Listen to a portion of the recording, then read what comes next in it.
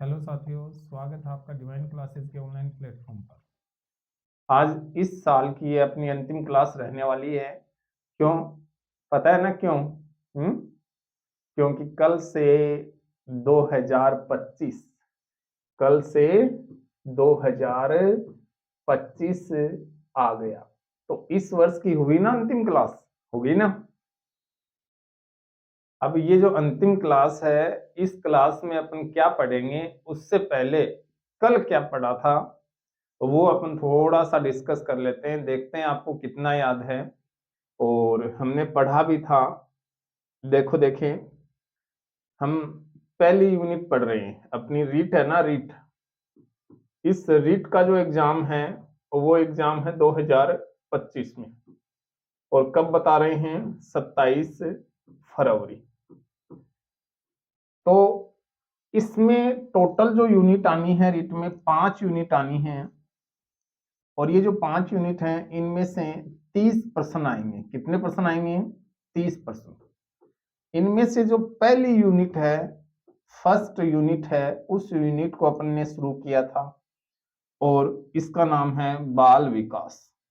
बाल विकास। बाल विकास में हमने 4 अवस्थाएं कंप्लीट कर ली थी। और उसके बाद हमने कहा कि इन अवस्थाओं के बाद जो हमने पढ़ा था वो पढ़ा था, आपको ध्यान हो तो, कि बालक का विकास। सबसे पहले हमने कहा शारीरिक विकास। शारीरिक विकास। उसके बाद हमने कहा मानसिक विकास। मानसिक विकास। कुछ याद आ रहा है क्या? फिर हमने कहा था सामाजिक विकास। कौन सा विकास? सामाजिक विकास। और सामाजिक विकास के बाद हमने जो पढ़ा था वो पढ़ा था सांवेगिक सांवेगिक विकास। और फिर हमने जो पढ़ा था वो पढ़ा था गामक विकास, या जिसको अपन कहते हैं क्रियात्मक विकास। क्रियात्मक विकास। और ये जो गामक और क्रियात्मक विकास है, इसमें कल की क्लास अपने कंप्लीट कर दी थी, है ना। इसके बाद जो हमने कुछ सिद्धांत पढ़े हैं इस यूनिट से, तो उन सिद्धांतों के बारे में अपन बात कर लेते हैं कि जो सिद्धांत हैं वो कौन कौन से सिद्धांत हमने पढ़े हैं। तो सबसे पहला जो सिद्धांत अपन लोगों ने पढ़ा है वो सिद्धांत कौन सा है अपना, बताओ। वो सिद्धांत हमने पढ़ा था फ्राइड को। किसको पढ़ा था? फ्राइड को। और फ्राइड ने दिया था मनोलैंगिक विकास का सिद्धांत। मनोलैंगिक विकास का सिद्धांत। और इस सिद्धांत में इन्होंने 5 अवस्थाएं बताई थी। कितनी अवस्थाएं बताई थी? 5 अवस्थाएं। फिर दूसरा सिद्धांत हमने पढ़ा था, देखो देखें, याद करो, एरिक इरिक्सन का। एरिक इरिक्सन का। और इसने दिया था मनोसामाजिक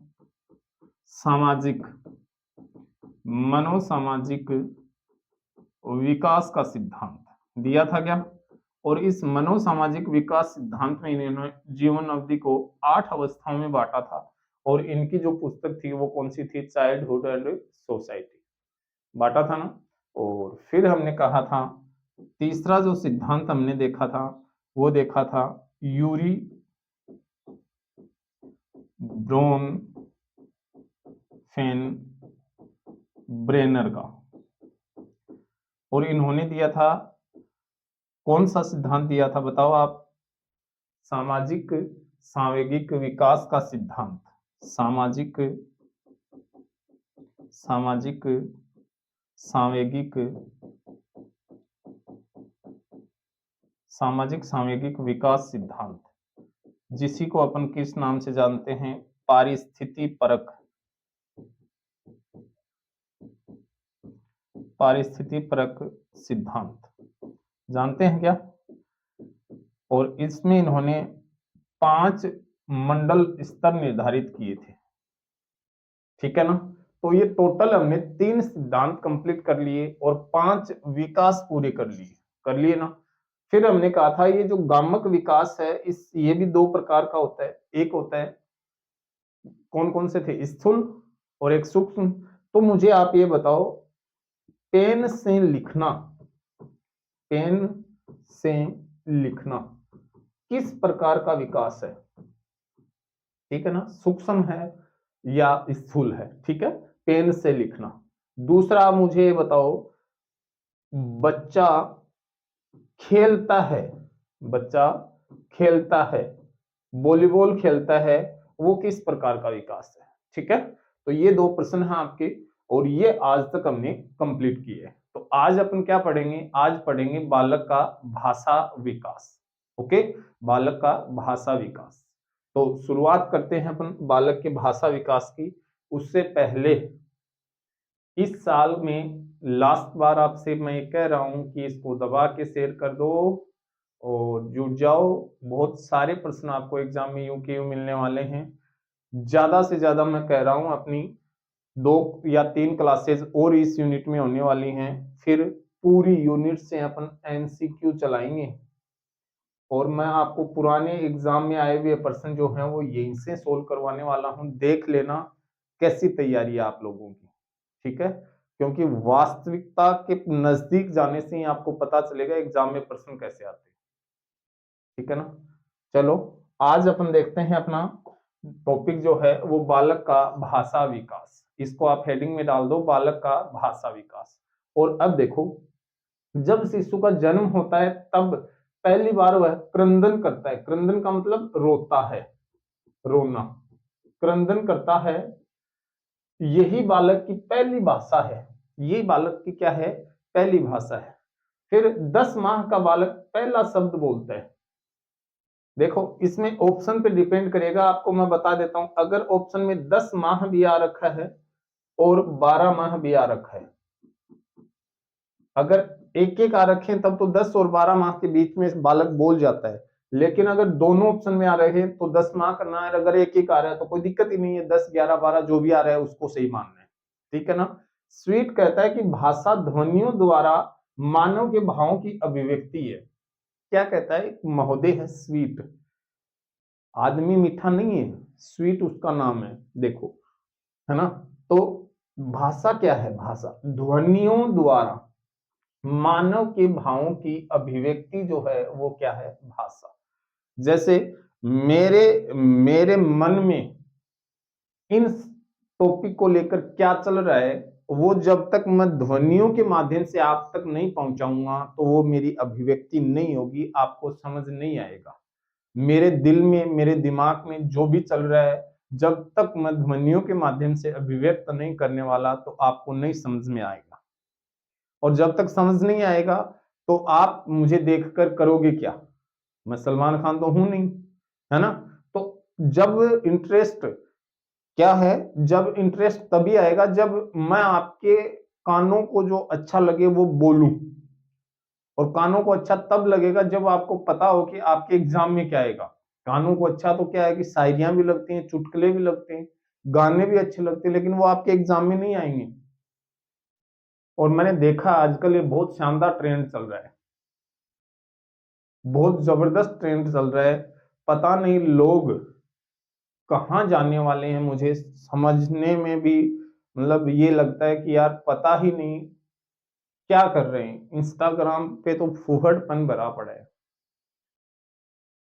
और कुछ नए नए शिक्षक भी ऐसे महोदय आ गए हैं जो उन्हीं के सॉन्ग लगाकर और फिर उस पे गाने डालते हैं। अरे यार, लेकिन बात ये ना, पैसा, सब कुछ पैसा। ठीक है, पैसा चाहिए, ऑप्शन अब है नहीं तो करे क्या?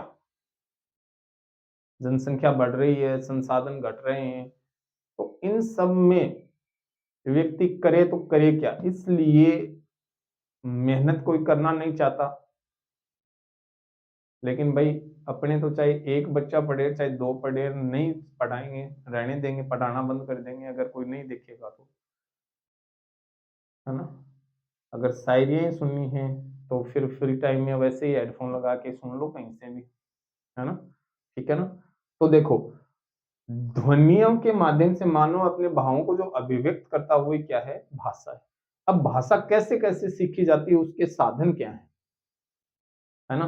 उसके साधन कौन कौन से हैं। तो सबसे पहले जो भाषा सीखी जाती है, एक बच्चा जो है ना, एक बच्चा, वो बच्चा सबसे पहले सोया रहता है पलंग पे, तो वो इधर उधर से देखता है, सुनता है, उसके कानों में जाता है। और मैंने कल आपको बताया भी था, आपको याद हो तो संवेगों में भी बताया था, आपको मानसिक विकास में भी बताया था कि 3 माह का जो बालक है वो अपनी माँ को पहचान लेता है। तो माँ को पहचानता है तो हो सकता है उनकी भाषा को देखकर समझ आता हो कि ये मम्मी है। तो देखो, सबसे पहले वो किसी की नकल करता है, अनुकरण करता है। सबसे पहले क्या करेगा? अनुकरण, यानी आप क्या बोल रहे हो वो ध्यान से सुनेगा और उसकी नकल करेगा।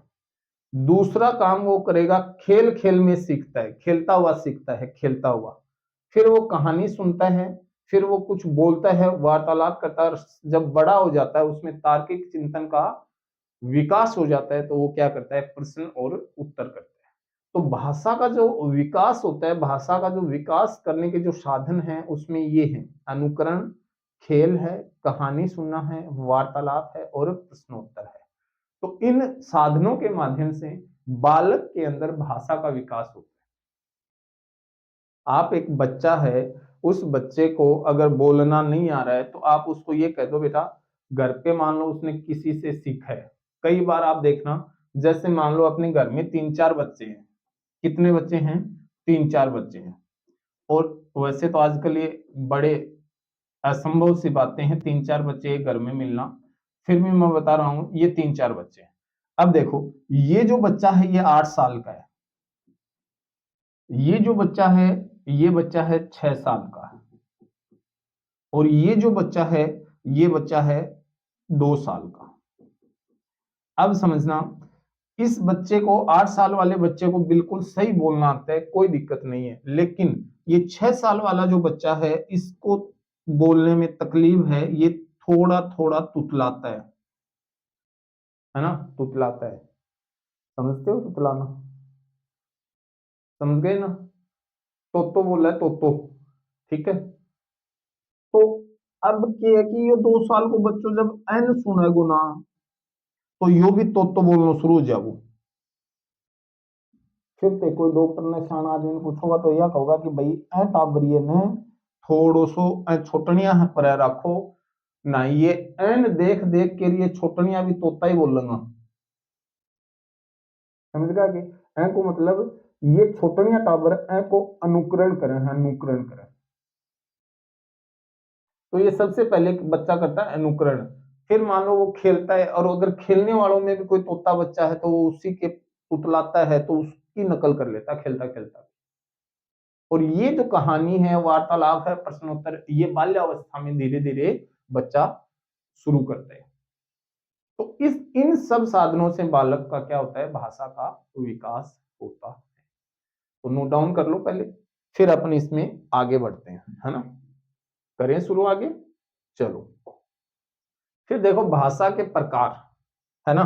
भाषा के प्रकार, अब समझना, रटने की जरूरत नहीं है। भाषा के कितने प्रकार हैं? 3। मैं बोल रहा हूं, आप सुन रहे हो। मैं बोल रहा हूं, आप सुन रहे हो। इसका मतलब भाषा कैसी है? मौखिक है। कैसी भाषा है? मौखिक है।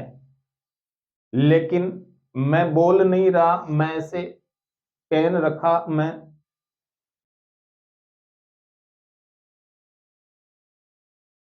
तो आपने जो देखा क्या कि यह भाषा की सबसे छोटी इकाई है। आप देखकर समझ रहे हो ये कैसा है? लिखित। कैसा है? लिखित। और तीसरा जो है वो है सांकेतिक भाषा। इशारों इशारों में बात करना, सीधी सी बात है, इशारों इशारों में बात करना क्या है? सांकेतिक भाषा।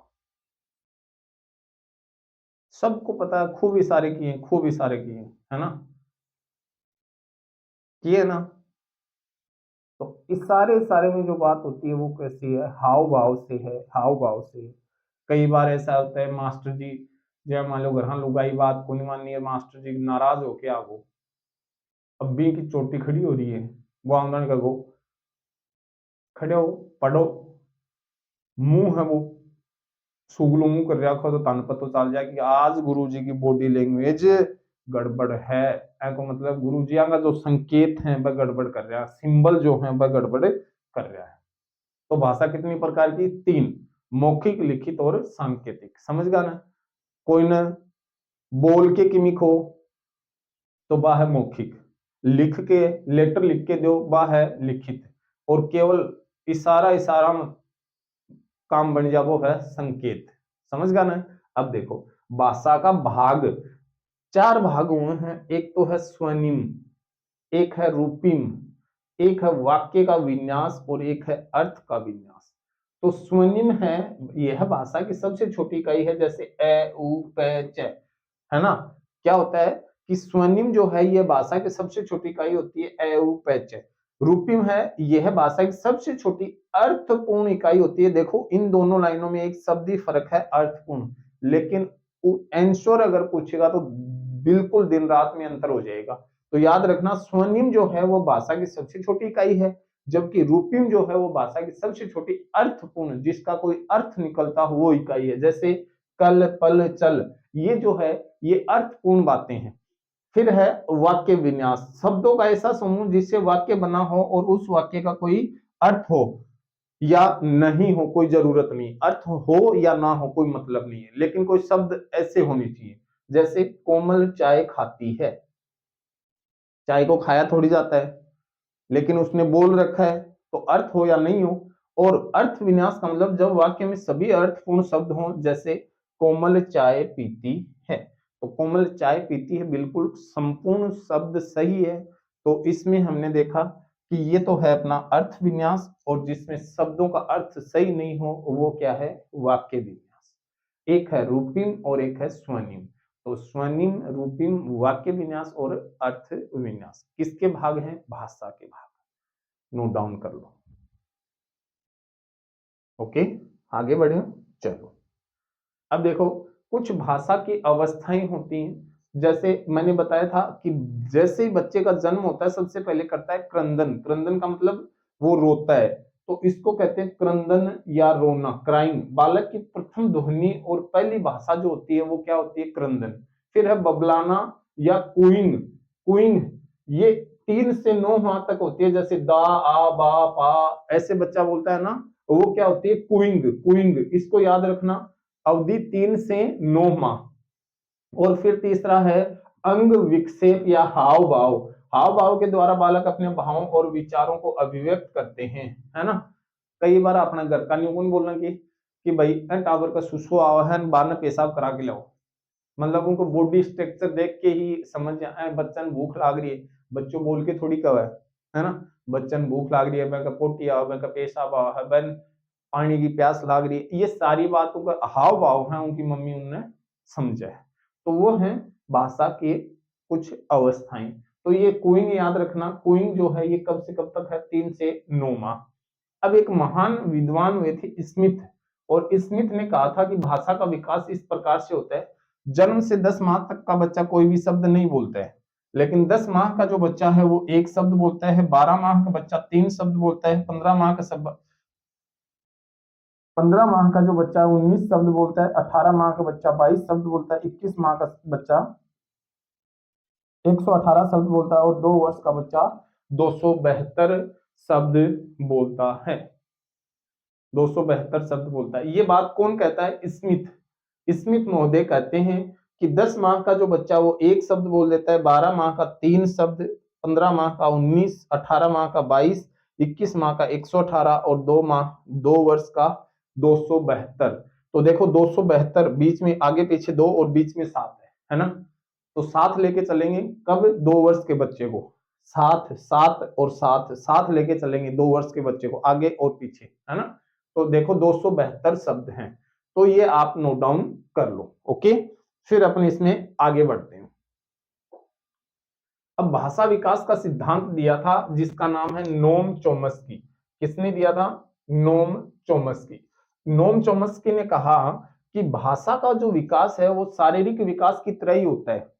क्या कहा? कि भाषा का जो विकास है वो शारीरिक विकास की तरह ही होता है, जो उपयुक्त देखभाल करने पर, जो उपयुक्त देखभाल करने पर बच्चे में स्वतः होता है।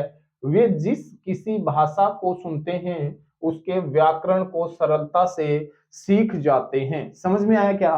कि भाई साहब जैसे शारीरिक विकास होता है वैसे ही भाषा का विकास होता है, और वे जिस किसी व्याकरण को सुनते हैं उसी को सीख जाते हैं।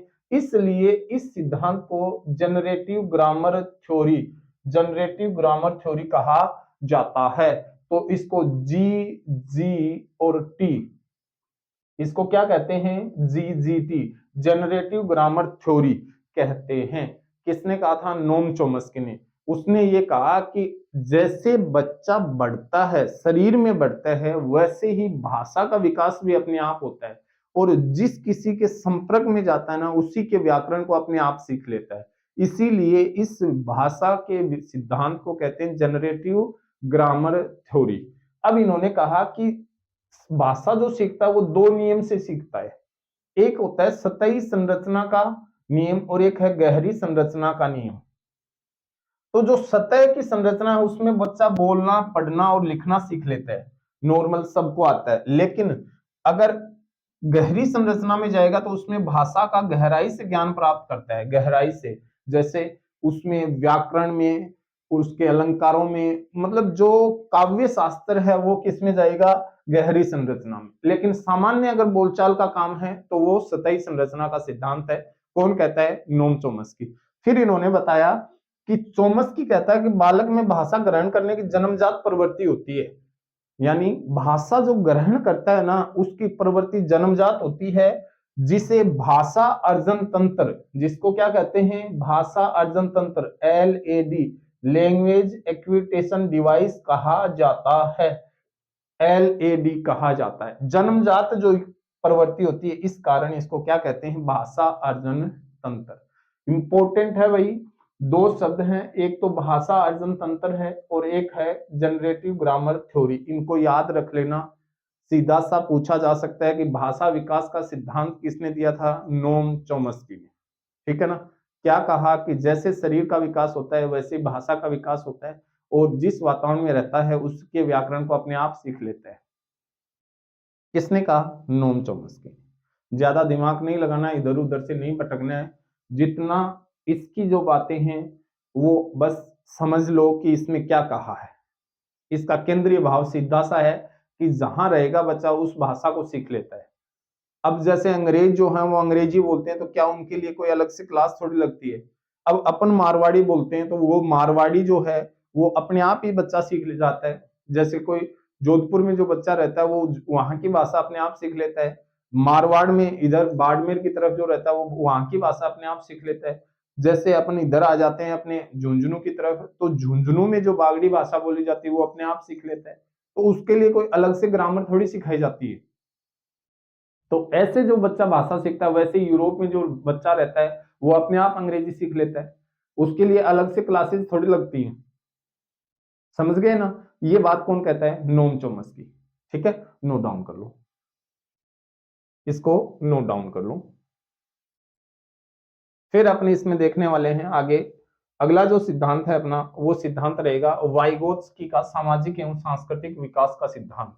इसको बस थोड़ा सा समझना। जब मैं तैयारी करता था तो ये सबसे ज्यादा पूछा गया था, स्कैफोल्डिंग। ये ये शब्द जो है स्कैफोल्डिंग, सीटेट में तो खूब पूछा जाता है। वाइगोत्स्की को सबसे ज्यादा पूछा जाता है ना? तो देखो, वाइगोत्स्की कहता है कि बालक के संज्ञान, यानी कि उसका ज्ञान बढ़े, विकास में समाज और संस्कृति का योगदान रहता है। वो किस समाज का हिस्सा है और उसकी संस्कृति कैसी है उसका सबसे ज्यादा योगदान रहता है। और इन्होंने कहा कि बालक का सबसे ज्यादा जो विकास होता है वो कहाँ होता है? खेल के मैदान में होता है। कहाँ होता है? खेल के मैदान में होता है। वाइगोत्स्की ने कहा कि अगर बच्चे का संज्ञान, नॉलेज बढ़ाना है आपको, तो उस समाज और संस्कृति का सबसे ज्यादा प्रभाव है। और फिर सेकंड जो बात कही उन्होंने कहा कि खेल के मैदान में सबसे ज्यादा सीखता है। इन्होंने सिद्धांत में दो तथ्य दिए, दो। कितने तथ्य दिए? दो तथ्य। एक कहा ZPD और दूसरा कहा स्कैफोल्डिंग। तो ZPD को कहा जाता है निकट विकास का सिद्धांत। निकट विकास का सिद्धांत। इसमें क्या होता है, जेडपीडी में इन्होंने बताया कि जो कुछ बच्चों को नहीं आता है वो बच्चे बड़ों से सीख लेते हैं, बड़े व्यक्तियों से बड़े व्यक्तियों से बालक सीखते हैं।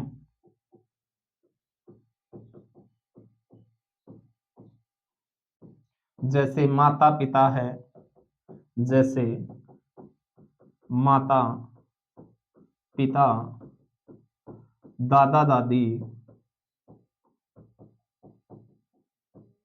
माता पिता है, दादा दादी है। और फिर इन्होंने कहा स्कैफोल्डिंग जो है उसमें क्या होता है, स्कैफोल्डिंग में बताओ देखें। स्कैफोल्डिंग में क्या होता है, स्कैफोल्डिंग में इन्होंने बताया कि जब बच्चा माता पिता से, अपने परिवार के लोगों से, निकट के लोगों से सीख लेता है, लेकिन कुछ समस्याएं ऐसी होती हैं उसके सामने भविष्य में आती हैं, तो उसमें वो 4 गतिविधि करता है। क्या गतिविधि करता है? 4। पहले, सबसे पहले वो किसी से कुछ सीखता है, किसी से कुछ सीखता है, किसी से कुछ सीखता है। सेकंड टाइम वो क्या करता है, स्वयं स्वयं समस्या का हल ढूंढता है, स्वयं ढूंढता है उस समस्या को। पहले तो किसी से सीख के आएगा, फिर स्वयं ढूंढेगा, फिर उसका करेगा निरीक्षण,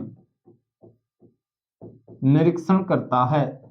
यानी अगर उसने सही कर लिया तो उसके लिए वो ज्ञान स्थायी हो गया, लेकिन अगर वो स्वयं सही नहीं कर पाया तो फिर वो दोबारा सीखेगा। लेकिन अगर सही कर लिया तो चौथी बार उसका ज्ञान स्थायी हो जाता है, ज्ञान ज्ञान स्थायी हो जाता है, ज्ञान स्थायी हो जाता है। यानी जब मान लो, सबसे पहले क्या करता है, स्कैफोल्डिंग का मतलब यही समझना, मान लो बच्चे को कुछ आ नहीं रहा है, वो पहले जाके किसी से पूछेगा, भाई साहब इसका उत्तर बताओ। मान लो प्रश्न नहीं आ रहा है, वो गुरु से पूछेगा कि गुरुजी मेरे प्रश्न का उत्तर दो। अब गुरुजी ने समझा दिया, बेटा ऐसे आए तो ऐसे करना, फिर वो खुद करके देखेगा। अगर उसने खुद किया है और उसका उत्तर सही मिल गया, मतलब निरीक्षण करेगा, उत्तरमाला देख के आएगा, और अगर उत्तरमाला में सही हो गया तो फिर उसका ज्ञान स्थायी हो जाएगा। ये कौन कहता है? स्कैफोल्डिंग। और जेडपीडी क्या कहता है? इसे निकट विकास का सिद्धांत भी कहते हैं। और अपने माता पिता, निकट के लोगों से बच्चा जो है वो सबसे ज्यादा सीखता है। तो ये बात कौन कर सकता है? वाइगोत्स्की करते हैं, है ना। तो ये हो गया अपना वाइगोत्स्की का सामाजिक एवं सांस्कृतिक विकास का सिद्धांत। समझ आया क्या? समझ आया? कहीं कोई डाउट नहीं है ना? तो इसको नोट कर लो। हो गया नोट? चलो, तो आज हमने क्या क्या पढ़ा है देख लेते हैं। देखो, सबसे पहले हमने भाषा का विकास पढ़ा है और इसके बारे में डिटेल से अध्ययन किया। फिर हमने कहा भाषा के प्रकार कैसे हैं, भाषा के भाग कौन से हैं, भाषा की अवस्थाएं हैं। फिर स्मिथ ने क्या क्या बताया। फिर हमने भाषा विकास का सिद्धांत चोम्स्की का पढ़ा, और फिर वाइगोत्स्की का सामाजिक एवं सांस्कृतिक विकास का सिद्धांत हमने पढ़ा है। अब देखो, कल नया साल लगने वाला है, तो आप सबको बहुत सारी शुभकामनाएं, और माँ सरस्वती आपके आने वाले साल में बहुत सहयोग और साथ दे, जिससे आप सरकारी शिक्षक बन जाओ और जल्दी से मुझे इनविटेशन मिले कि सर मैंने शिक्षक बन गया हूँ और मेरी शादी होने वाली है, मैं आ रहा हूँ। आपको आना ही पड़ेगा, तो मेरे को भी खुशी होगी कि जल्दी से 2024 निकल चुका है, 25 जो है वो आपका इंतजार कर रहा है और एक सुनहरे भविष्य की ओर आपको लेके जाए। इसी शुभकामनाओं के साथ कल मिलते हैं नए साल पर। और अगर आपको कुछ लगे कि नहीं सर इसमें कुछ आपको बेटर करना है, या आपके जो भी कमेंट हैं, जो भी सुझाव हैं, तो जरूर कमेंट किया करो। नए साल पे आपको लगे कि नहीं कोई इसमें विशेष प्रोग्राम अपने को करना है या कुछ विशेष अपने लिए करना चाहिए, तो जो भी बातें हैं, जो भी आपके विचार हैं, आपकी जो भाव हैं, उनको आप ध्वनि तो नहीं मुझे पहुंचा सकते, लेकिन लिखित माध्यम से आप अभिव्यक्त कर सकते हो। ठीक है दोस्तों, मिलते हैं कल की क्लास में। तब तक के लिए स्वस्थ रहिए और अपनी पढ़ाई को निरंतर जारी रखिए। जय हिंद दोस्तों, मिलते हैं कल।